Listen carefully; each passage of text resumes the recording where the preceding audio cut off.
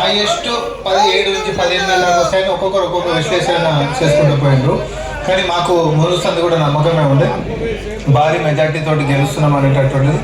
ఇది ప్రజల యొక్క ఎన్నికకి ఎందుకు ఇంత ప్రాధాన్యత అనేది మనం మాట్లాడుకోవాలి.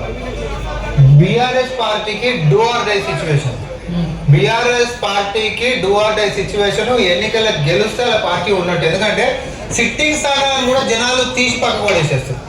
ఇది వాళ్ళ స్థానం, ఇది మనం గుర్తుపెట్టుకోవాలి.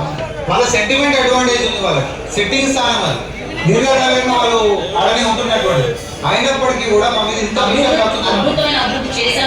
చెప్పుకుంటున్నప్పటికీ, హైదరాబాద్ మొత్తం రూపురేఖలు మేమే మార్చినా చెప్పుకున్నప్పటికీ, మా ప్రభుత్వం మీద మొత్తం అబద్ధపు ప్రచారాలు చేసినప్పటికీ, ఇన్ని చేసినా అది కంటోన్మెంట్ అయినా లేకపోతే ఈరోజు ఇక్కడైనా కంటోన్మెంట్ అంటే ఎక్కువ మెజార్టీతో మళ్ళీ ఇలా కూడా కొట్టేసేటట్టున్నారంటే జనాలు ప్రజాప్రభుత్వము, రేవంత్ రెడ్డి గారి నాయకత్వము, కాంగ్రెస్ పార్టీకి మద్దతుగా వెన్నుదండగా నిలబడుతున్నారనేటువంటిది ఇంతకంటే పెద్ద సంకేతం ఇంకేం కావాలి మనకి.